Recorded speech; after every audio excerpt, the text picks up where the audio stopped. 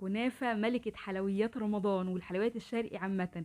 هنعملها النهاردة بالطريقة الأصلية مع شوية تعديلات كده هيضيفوا شكل وطعم جميل جدا.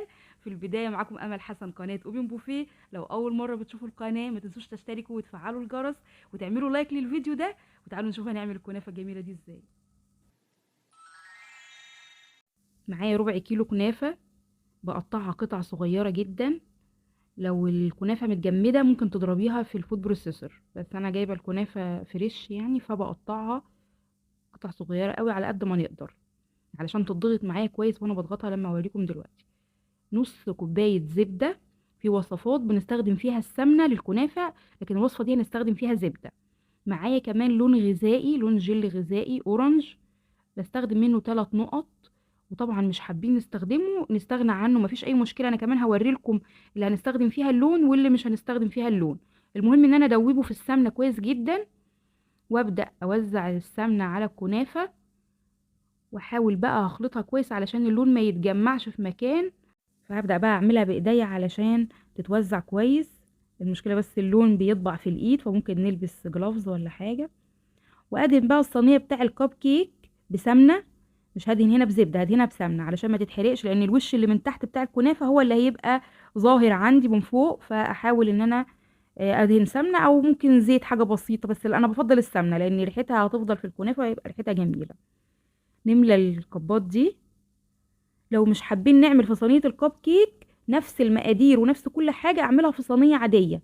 لو عايزين كمان نحشي مكسرات نحشي قشطه، ممكن نوسع شويه كده ونحط القشطه بتاعتنا او المكسرات ونحط جزء تاني من الكنافه.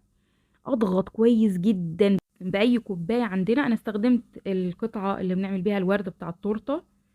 طبعا اي كوبايه هتأدي الغرض معانا، بس المهم ان احنا نضغط على قد ما نقدر علشان الكنافه ما تفرولش مني بعد كده، لان احنا يعني مش هتبقى في صينيه وتتقطع والكلام ده، لا هتبقى كل قطعه لوحدها. فلازم ابقى متاكده ان انا ضغطها كويس. وحتى لو هنعملها في صينيه كبيره بنحط كيس ونحط صينيه تاني اصغر ونضغط برضو جامد قوي. لازم الكنافه تضغط كويس جدا في الصينيه. شلت اي زيادات بمنديل، وهدخلها الفرن على الشبكة على درجة حرارة 190. وهعمل بقى الجزء التاني اللي انا مش هلونه، اللي هغطيه بالشوكولاتة. قطعت الكنافة بنفس الطريقة، بس نزلت بقى عليها بتلت كوباية بس من الزبدة، وما لونتهاش لان احنا دي هنغطيها بالشوكولاتة فهتبقى نسبة الدسم فيها هتبقى عالية، فمش محتاجين كمية زبدة عالية فيها. لكن برضو هنضغط جامد جدا لان طبعا نسبة الزبدة فيها مش كتيرة، فممكن تبقى تفرول مني وانا بغطيها في الشوكولاتة، فخلي بالي اضغطها جامد قوي قوي في الصينية يعني. وادخلها الفرن برضو التسوية بنفس الطريقة اللي فاتت. اول ما تتحمر من الجوانب بولع لها الجريل 5 دقايق على نار كده تكون متوسطة شوية. وكده لونها، شايفين لونها جميل؟ توقعوا بقى معايا دي اللي متلونة ولا اللي مش متلونة. شوفوا كده عشان لما اسوي التانية اوريها لكم تقولوا لي الفرق بينهم ايه. طبعا طلعناها. لو عايزه تحطي الشربات عليها وهي في الصينيه حطيه مفيش مشكله. الشربات اللي انا هستخدمه هنا شربات تقيل، عملناه في الفيديو بتاع الشربات هسيبه لكم في صندوق الوصف. الشربات التقيله هيخليها متماسكه ومقرمشه. لو حابينها طريه استخدموا شربات وسط وغطوها، هتطرى معاكم جدا. كل واحده بتحط لها حوالي معلقتين كبار كده من الشربات وهي تبقى سخنه والشربات بارد. بصوا شكلها من قريب بقى علشان تعرفوا الفرق بينها وبين اللي هنشوفها دلوقتي. شايفين اللون؟ دي بقى اللي احنا ما لوناهاش. هحط الشربات عليها عادي زي ما هي كده في الصينيه. نخلي بالنا طبعا علشان ما فيهاش زبده كتير فبتفرول شويه. هطلعها. شايفين بقى اللون بتاعها؟ لونها ذهبي وجميل، احلى بكتير من اللي بتتلون. بس انا حبيت الون شويه علشان نشوف الفرق بينهم لو حبينا نلون. تعالوا بقى نشوف التغطيه بتاعتها. انا هستخدم 100 جرام شوكولاته خام دارك و100 جرام شوكولاته بالحليب. النوع اللي انتوا حابين تستخدموه استخدموه. المهم ان التسييح بتاع الشوكولاته يبقى على حمام ميه او في الميكروويف، وما بضيفلهاش غير معلقتين صغيرين زيت لل100 جرام، معلقتين صغيرين زيت و30 ثانيه ب 30 ثانيه كده في الميكروويف او على حمام بخار، حمام ميه يعني. وبتسيح كده معايا الشوكولاته.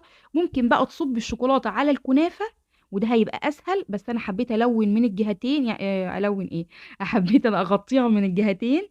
فانا بنزلها كده في الشوكولاته وهي سايحه سخنه لسه علشان تدي اللمعه اللي بنشوفها كده في المحلات الحلواني. سواء بقى هتعملي سابليه، بيتي فور، اي حاجه هتغطيها بشوكولاته اعملي نفس الخطوات دي. حطيها في الميكروويف وحطي لها معلقتين صغيرين زيت، مفيش اي اضافات تانية.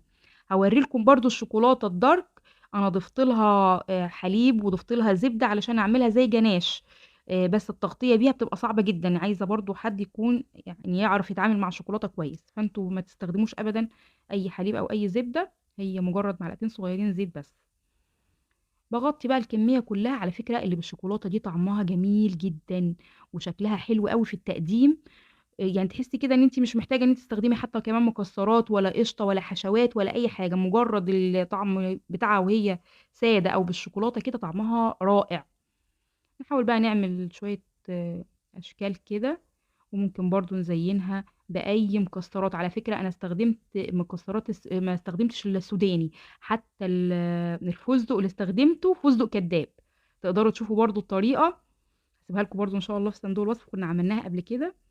فشوية سوداني حمصتهم واستخدمتهم اهو، وشوية برضو سوداني لونتهم وعملتهم فستق كداب. شكله جميل جدا، مش باين ابدا، لو ما قلتلكمش ان هو فستق كداب ما كنتوش هتعرفوا ابدا، لان انا ملوناه وظابطه درجه اللون بتاعته، فطالع طعمه جميل كمان علشان حطاله ريحه الفستق. الشوكولاته دي اللي انا بعمل بيها دلوقتي شوكولاته خام، اللي هي اللي انا بعمل بيها الخطوط، يعني شوكولاته خام بس ما ضفتلهاش حليب ولا اي حاجه. الجزء الساده ممكن في الوسط احط نقطه شوكولاته او عسل ابيض، او حتى الشربات بتاع الكنافه التقيل ده، بحيث ان المكسرات اللي احطها في الوسط تلزق في الكنافه. لو حبيته يعني شوية برضو جوز هند، سوداني، أي مكسرات عايزة تستخدميها، وتبقى معايا شوية شوكولاتة. حبيت أعمل برضو على كام واحدة كده حاجة بسيطة للناس اللي مش بتحب الشوكولاتة قوي، تقدر تدوق اللي هي عليها خطوط وبندق، دي جميلة جدا برضو. وشوية سادة بقى للي بيحبوا السادة، على فكرة السادة طعمها حلو قوي، تحس ان هي الكنافة بتاع زمان اللي ما فيهاش اي افتكاسات ولا اي حاجة خالص، السادة يعني.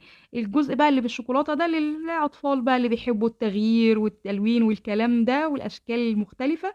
ممكن كمان ان هي تتحفظ في علبة معدن تقعد معاكي في التلاجة فترة طويلة، ممكن تتحط في علبة شيك كده وتتقدم هدية واحنا رايحين فطار ولا حاجة. وحاجة مهمة نسيت اقول لكم عليها، ان انتوا لما تحطوها في الشوكولاتة طلعوها على ورق زبدة، ما تطلعوهاش على طبق لان هي بتلزق في الطبق.